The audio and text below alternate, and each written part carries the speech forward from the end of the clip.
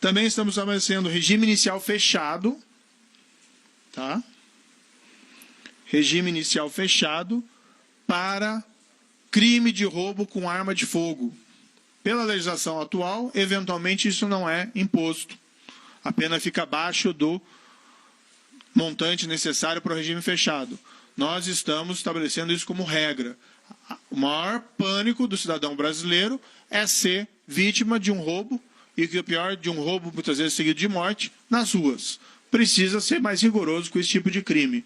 A população quer que as ruas fiquem mais seguras, não se resolve tudo pela lei, mas parte se trabalha com a lei também. Se tem que mexer na lei, tem que ser mais rigoroso para esse tipo de crime.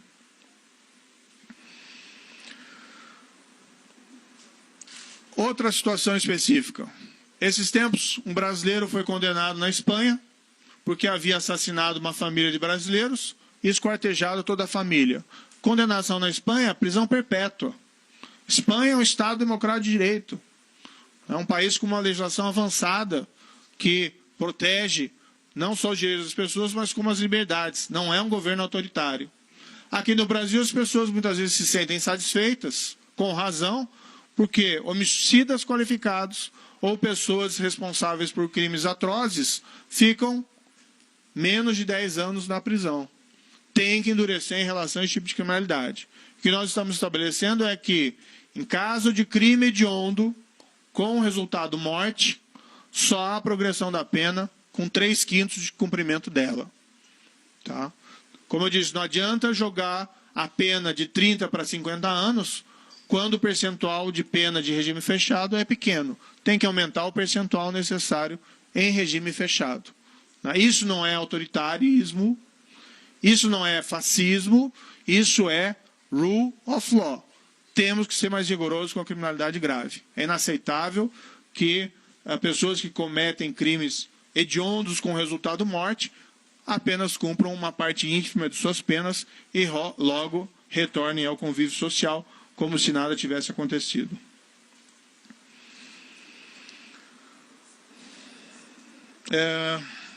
Bem, algumas regras especiais aqui. Um ponto importante, uma reclamação também frequente dessas saídas temporárias de presídios. Muitas vezes o criminoso utiliza a oportunidade, ou alguém que foi condenado, para cometer novos crimes. Nós estabelecemos vedações específicas para condenados por crimes hediondos, de tortura ou de terrorismo. Tá? Quando eu falo 3/5 crime hediondo com morte, não estou falando de tráfico de drogas. Né? Isso fica muito claro. Tráfico de drogas tem tanto o grande traficante como o pequeno traficante. O sistema, a meu ver, não comporta endurecimento geral em relação ao pequeno traficante por conta dos problemas carcerários. Então, nós estamos evitando esse problema. Nós estamos estabelecendo que lideranças de organizações criminosas armadas devem iniciar o cumprimento da pena em estabelecimentos penais de segurança máxima. É mais rigor do que regime fechado. Nós estamos estabelecendo que o condenado por integrar a organização criminosa ou por crime praticado através de organização ou associação criminosa não poderá progredir de regime de cumprimento de pena ou obter outros benefícios prisionais se houver elementos probatórios que indiquem a manutenção do vínculo associativo. Qual é a ideia da progressão de regime de cumprimento de pena? Preparar a pessoa para voltar ao convívio social. Então ela começa no regime fechado, que é uma prisão mais rigorosa, vai para o regime aberto, vai para o regime aberto e vai para a liberdade. Nenhum problema quanto a isso. Entretanto, é de todo óbvio que se o condenado é membro ativo de uma organização criminosa, ele não tem condições de ser colocado em liberdade, de progredir de regime. Você quer colocar fora da cadeia alguém que tem aptidão para reinserir-se no corpo social sem praticar novos crimes. E você não quer colocar um soldado do crime organizado em liberdade. Então se estabelece isso, e na nossa avaliação isso transmite um recado importante para membros de organizações criminosas de que a escolha em permanecer membro tem o seu ônus, que é a impossibilidade da progressão de regime. Também uma alteração importante, nosso ver, diz respeito ao conceito de organização criminosa. Nós praticamente mantemos a conceituação atual, mas nós nos baseamos em uma construção do Código Penal italiano, artigo 416 bis do Código Penal italiano, que descreve a associação criminal do tipo mafioso, em que eles basicamente, se os senhores e senhoras forem pesquisar o dispositivo, descreve o que é a Cosa Nostra e nomina especificamente algumas organizações criminosas que se enquadram no dispositivo. No caso italiano, a 'Ndrangheta e a Camorra. E a Cosa Nostra eles têm por implícito pela descrição no tipo penal. O que nós quisemos fazer é, bem, nós temos as nossas organizações criminosas, algumas conhecidas nominalmente, vamos então deixar claro na lei, como se diz lá, crystal clear, que essas organizações são organizações criminosas, também com o objetivo de um efeito preventivo. Então, considera-se organização criminosa, etc, etc, etc, organizações que se valham da violência ou da força de intimidação do vínculo associativo para adquirir, de modo direto ou indireto, o controle sobre a atividade criminal ou sobre a atividade econômica, como o 1º Comando da Capital, Comando Vermelho, Família do Norte, 3º Comando Puro, Amigo dos Amigos, milícias ou outras associações como localmente denominadas.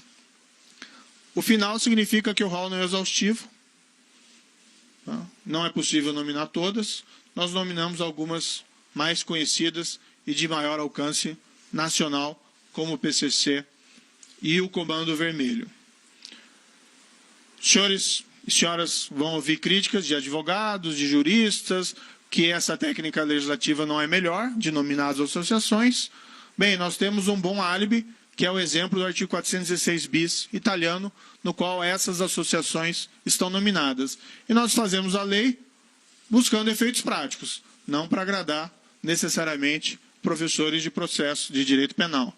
Né? Com todo respeito a eles, eu também fui um deles, então é só uma observação de passagem. Isso pode ter um efeito importante,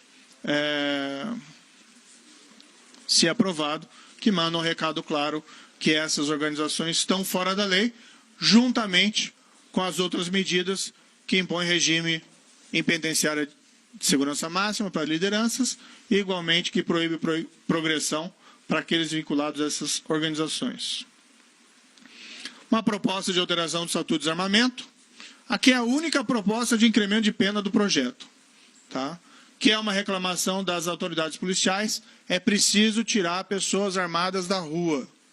Tá? Há uma reclamação de que a polícia prende e elas logo são colocadas em liberdade. Em parte porque as penas realmente do Estatuto de Desarmamento são modestas para esse tipo de crime. Então nós estamos prevendo que se a pessoa possuir registros criminais, condenação transitada e julgada ou por segunda instância, se ela estiver com uma arma, ilegalmente, a pena é maior. Tá? A pena é aumentada na metade. O objetivo é tirar pessoas armadas indevidamente da rua. Uma previsão de confisco alargado, que é uma medida prevista, por exemplo, em legislação estrangeira, como no Reino Unido, como em Portugal, para que criminosos profissionais, por crimes de gravidade, nas situações em que seja caracterizada profissionalismo no crime, crime de habitualidade ou vinculação à organização criminosa, possa haver um perdimento geral dos bens dessa pessoa, por uma espécie de constatação de que aquilo é produto de crime, é o chamado confisco alargado. Uma previsão de que, em confisco de obras de arte, isso possa ser destinado a museus, ao invés de ser vendido. Isso é decorrente de uma experiência da Operação Lava Jato, em que foram apreendidas várias obras de arte. E eu acho que é importante que essas obras de arte sequestradas sejam colocadas em museus, para melhorar o acervo artístico dos museus brasileiros. Então, estamos prevendo também isso expressamente. Algumas outras medidas, algumas regras para prevenir prescrição. Vamos colocar claro, o processo penal tem que acabar ou com a absolvição ou com a condenação. Prescrição revela apenas falha do sistema. Não tem porquê nós temos tantas regras generosas sobre prescrição, nós fazemos ali modificações pontuais para evitar esse tipo de problema. Crime de resistência. Qual que é a ideia aqui? Nós ouvimos muito que muitas vezes a autoridade policial faz uma diligência em um local dominado por organização criminosa e numa infeliz troca de tiroteio, acaba havendo uma vítima, um terceiro inocente, ou eventualmente um policial. Claro que tem que se evitar esses confrontos armados ao máximo, porque é um risco de dano colateral grande ao policial, ao terceiro, e, de certa maneira, ao próprio criminoso. Né? Ele tem que ser preso e não ser morto. Mas, enfim, muitas vezes, quando acontece o resultado morte do policial ou de um terceiro, isso vai ao tribunal do júri. E há um manifesto receio de jurados de condenarem pessoas que trocaram tiros com autoridades policiais, muitas vezes também vinculados a organizações criminosas. Então a ideia foi, utilizando o crime de resistência, criar um tipo penal à semelhança do crime de latrocínio, para que isso possa ser julgado fora do tribunal do júri. Tá? Não expor o júri a riscos de retaliação por parte de organizações criminosas ou criminosos perigosos, deixar essa tarefa ao juiz profissional.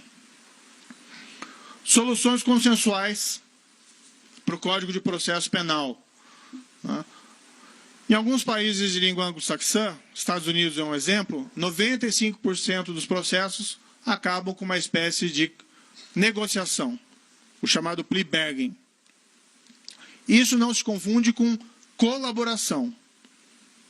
Acordo de colaboração, nós já temos na 12.850, foi amplamente utilizado na Lava Jato, é um criminoso que resolve trair os seus pares, colaborar, entregando crimes de terceiros, além do dele mesmo, e por isso ele recebe benefícios. No plea bargain, ele confessa, ele admite e negocia a pena. São duas proposições, uma delas de alteração do 28A do Código de Processo Penal, para crimes menos graves, com penas até 4 anos, que normalmente são sujeitas aí à prestação de serviço, há uma possibilidade de sequer oferecer a acusação criminal pelo Ministério Público e se estabelecem ali algumas condições.